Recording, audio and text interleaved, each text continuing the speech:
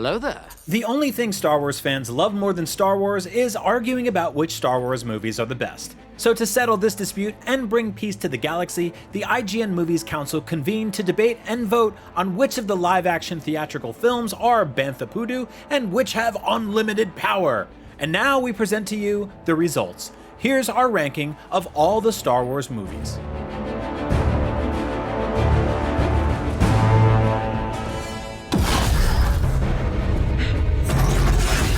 After 4 decades and 8 episodes, Star Wars The Rise of Skywalker was supposed to bring the Skywalker saga to a satisfying conclusion, but instead of going out with a bang, it ended with something more akin to that noise the Sarlacc pit made after eating a bounty hunter.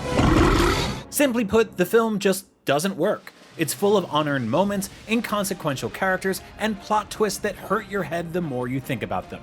And don't get us started on Chewie's death fake-out. But hey, at least Babu Frick. Yet what truly makes Episode 9 a difficult watch is its lack of commitment to the events of The Last Jedi, and so we watch as the plot bends over backwards to rewrite Star Wars lore, rather than building off what came before to deliver fans a more fitting conclusion. You want to buy some death sticks? You don't want to sell me death sticks. I don't want to sell you death sticks. While Star Wars Attack of the Clones may have an exciting title, it's one of the most boring movies in the franchise, even with its redeeming qualities.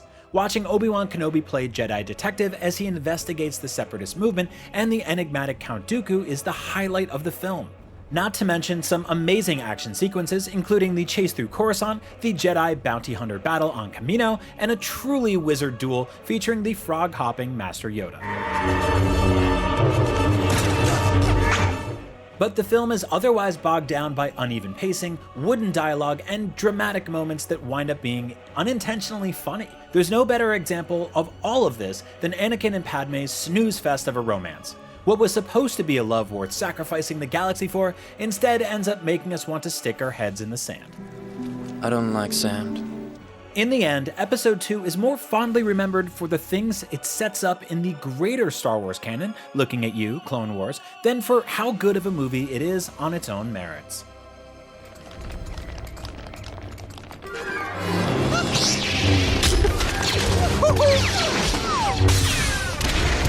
While we'll always love Star Wars The Phantom Menace for bringing Star Wars back to the masses in 1999 and introducing a whole new generation to a galaxy far, far away, that doesn't mean it's as strong a trilogy starter as A New Hope or The Force Awakens. Don't get us wrong, the film gets credit for introducing franchise staples such as the Jedi Order and the city planet of Coruscant, while continuing the series' tradition of peerless visual effects and music. Who doesn't love the pod race and the Duel of the Fates?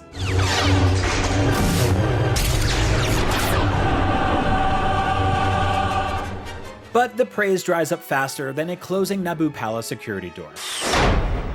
When you start to consider the dull political plot, clunky storytelling, and a cast full of ill-conceived characters. From the cringy antics of Jar Jar Binks to the over-the-top enthusiasm of a too young Anakin Skywalker, not to mention the overstuffed third act that struggles to juggle 4 different conflicts, Episode 1 never seems to go long without taking yet another misstep. Very bad. Oh! Go!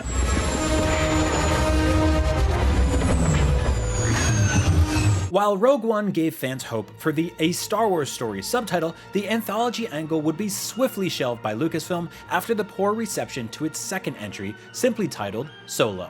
Where its predecessor made the wise choice to focus more on new characters while allowing for cameos of franchise favorites, Solo took the opposite route, casting Alden Ehrenreich as one of the series' most beloved protagonists, Han Solo, and asking audiences to buy in. Spoiler, they did not. Look, I came up running scams on the streets of Corellia. I was boosting AV-21s when I was 10. I'm a driver, a flyer, and hey, you said yourself, I gotta get out of here, right? Drawing loose inspiration from the A.C. Crispin novels of the Legends era, Ehrenreich's earnest take on the galaxy's scruffiest nerf herder wasn't bad, but between the uninspired plot and the ho-hum stakes, the movie as a whole definitely had room for improvement. Ultimately, Solo felt like it was trying to answer a lot of questions that nobody asked, and the ones that had been were probably left unanswered anyways. Who are your people? I don't have people. I'm alone.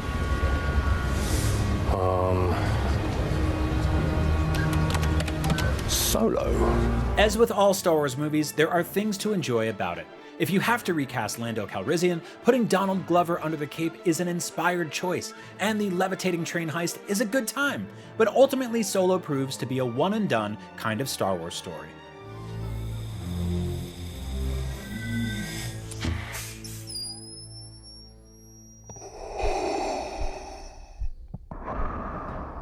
Star Wars Revenge of the Sith retains many of the hallmark flaws of the prequels, goofy dialogue, pacing issues, and over-reliance on CGI, but it does find far more success in making the audience feel something.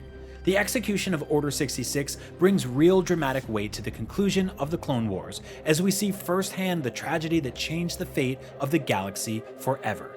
Watching poor Master Yoda clutch his little frog heart gets us every time.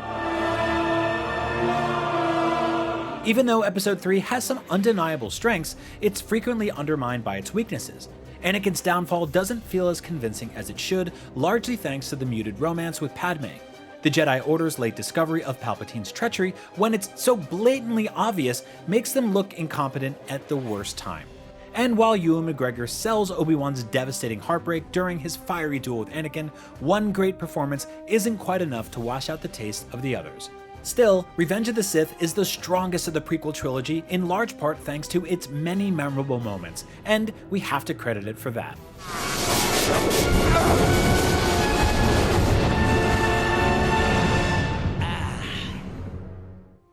The Force, the Jedi. All of it. It's all true.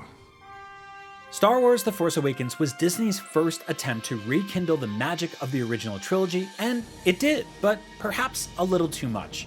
The Force Awakens is often criticized for a plot that borrows too heavily from A New Hope, and while that may be true, the film uses those familiar elements, a chosen one from a desert planet, an army of space fascists, a planet that is also a big laser cannon, as a foundation to build something new. Did you see that? But while it does introduce new planets, new aliens, and new lightsaber designs, Episode 7's new characters are its greatest contribution to the series. Its heroes Rey, Finn, Poe, and BB-8 give the film much of its charm, and the dark and mysterious relationship between Kylo Ren and Supreme Leader Snoke that gives it its menace. While you can nitpick the particulars of the plot, the film ultimately achieved its goal. It made Star Wars fun and exciting again.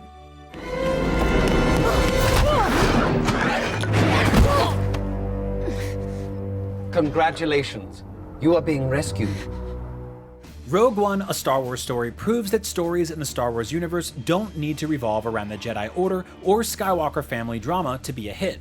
Jyn Erso and her ragtag group of unlikely rebels made a strong impression on the audience before meeting a noble end, and their theft of the original Death Star plans was not only an engaging adventure from start to finish, but a strong shift in tone for the franchise, one that really put the war into Star Wars.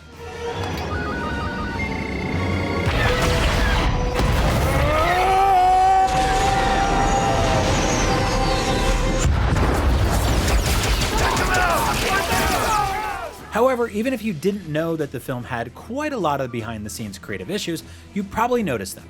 The story has several dead ends and contradictions, none more egregious than the plotline involving Saw Gerrera. What is his role in the movie supposed to be exactly? Yet, despite these obvious flaws, Rogue One comes together in the end, delivering one of the best third-act battles in a franchise full of absolutely amazing third-act battles. Darth Vader has never been more badass than in those final moments, even if it does muddy the waters of the opening to A New Hope if you think about it for more than a second.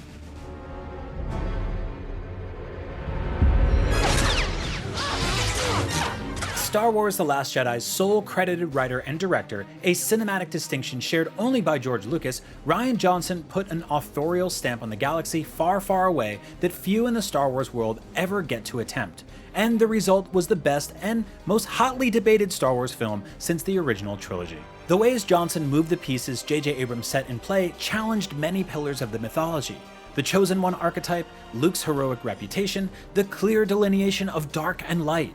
Though it suffers from a meandering espionage subplot and a ticking clock dilemma that could be solved with a little bit of communication, The Last Jedi also boasts dazzling action sequences and an especially rich and emotional storyline between Luke Skywalker, Rey, and Kylo Ren. Stop! More than anything, The Last Jedi is admirable in its unwavering enthusiasm for Star Wars' potential. With the theme of moving on from the past at the heart of everything it does, the film wraps up with a peace and purpose that few other films in the series find. Echoing the lately redeemed Luke Skywalker seeing the binary sunset of his isolated youth in his final moments, a nameless womp rat of a kid on Cantonica raises a defiant broom, yes, broom, to a galaxy which he feels empowered to be a part of, whether or not he has a famous last name.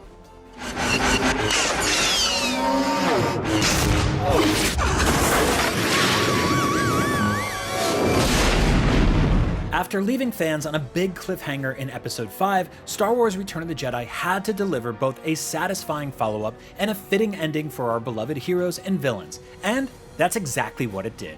There's the self-contained rescue mission where 2 robots and a wizard go to a crime lord's palace and try to steal a piece of wall art that just so happens to have a certain scoundrel trapped in it. There's the exhilarating speeder bike chase through a dense and deadly forest. And sure, there are some questionable bits. The revelation that Luke and Leia are siblings, even though they smooched before, the gigantic space battle and destruction of yet another ball-shaped superweapon, and then there's the Ewoks, who may have been shoehorned in to appeal to kids, but in the end kind of win you over because they are an adorable on the surface, but ultimately murderous gang of tree bears who play drums on the skulls of their enemies.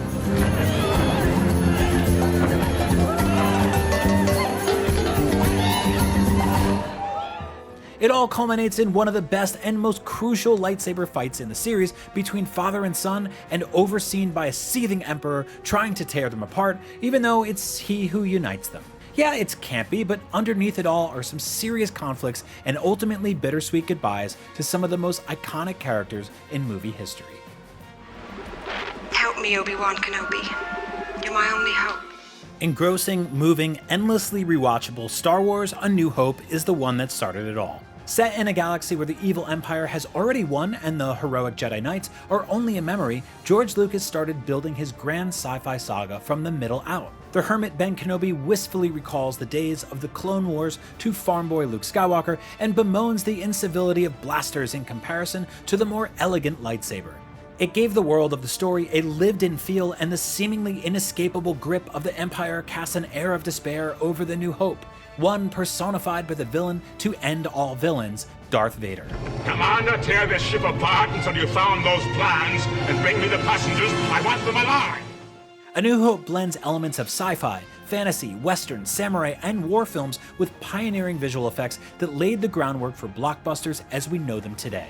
It's as much a visual achievement as it is a narrative one, and brought together with John Williams' legendary score, Episode 4 is one of the best films ever made, yet it's only number 2 on this list. That's right, there is another.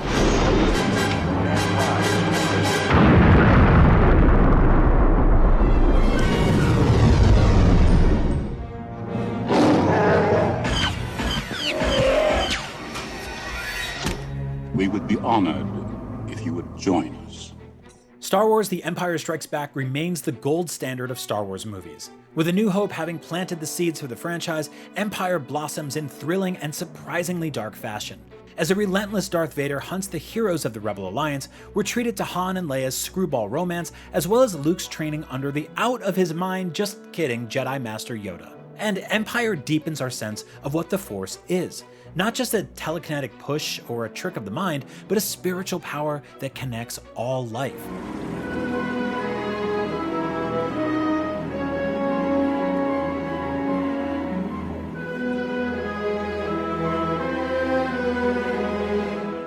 Episode 5 expands the Star Wars universe in numerous ways. New planets, new aliens, Imperial walkers, bounty hunters, all the while telling an exciting, multi-layered story. And the stakes of that story don't hinge on a planet-destroying weapon or the fate of the galaxy, but on more personal conflicts, like how much its characters are willing to sacrifice for the greater good or being called to a task they may not be prepared for. That latter point is sorted out in a tense, drawn-out lightsaber duel through the bowels of Cloud City, resulting in a 1-2 punch of dismemberment and revelation that still ranks among the most memorable cinematic moments of all time.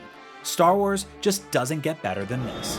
Obi-Wan never told you what happened to your father. He told me enough. He told me you killed him. No, I am your father. And that's IGN's ranking of all the Star Wars movies. Do you agree, or do you have a bad feeling about this ranking? Let us know how you would rank them in the comments. Thanks for watching, and for more IGN movie rankings, check out how we rank the Batman movies and all 25 Pixar movies. Until next time, be sure to follow and subscribe, and may the Force be with you always.